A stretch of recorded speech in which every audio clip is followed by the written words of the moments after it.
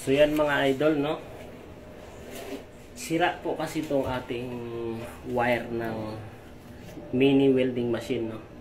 Nasira po kasi nasunog sa sobrang tagal na rin. So ito po ay lumang-luma na po to. Pero sayang po kasi itapon yung welding machine na gumagana naman. So wire lang yung sira. So bumili tayo ng wire. Murang-mura lang naman dito sa store na to. Click nyo lang yung yellow basket sa baba para maka-order kayo. At maraming pagpipilian kung gaano kahaba. Kung 10 meters ba yung kailangan nyo. Marami po dyan. Click nyo lang yung yellow basket. So papakita natin sa inyo na legit siyang magandang klase at gagana yung welding machine nyo. Na hindi kayo ma-scam. So ayan. Ayan po siya. Ito po yung in-order natin na panglagay dyan, yung wire niya na set na po to, meron ng ground tsaka yung positive niya mismo. Okay. Buksan natin mga ito para makita niyo. heavy duty din po to, maganda tong wire niya, matibay, hindi siya basta-basta nalulusaw na nasusunog pag uminit na. Ayan. Ayan siya.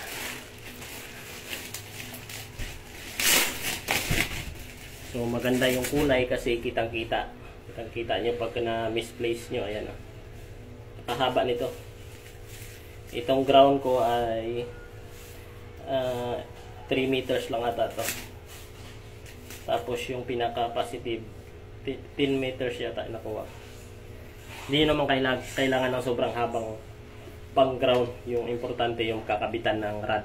Yung mahaba. Kasi doon kayo puposisyon sa taas, no? So yan. Yan, may kasama pa siyang pre na ito. Pre niya lang yan. So ito, yung ating holder ng rod. Napakaba yan. 10 meters po to. So kapit natin para makita nyo na gumagana at legit. So mga idol, di ko alam kung para saan to, pero may magnet siya. I-search nyo na lang. Pero pre niya to. Kasama, yung binili natin yung wire lang, pero kasama na to, may pre. So yan, mag-welding na tayo. Try natin kung gumagana yung wire at okay siya. So yan mga idol, itatry na natin, no? Para makita nyo na legit siyang gumagana sa welding machine nyo, no?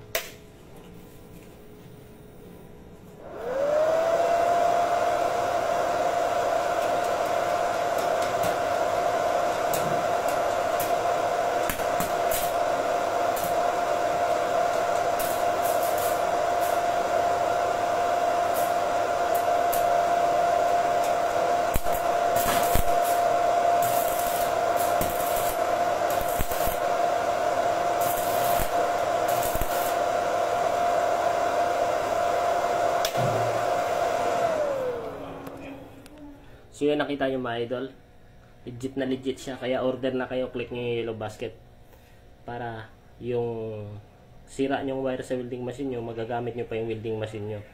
At napakasulit nitong wire na to, matibay kaysa sa original na wire nito. So, thank you and order na.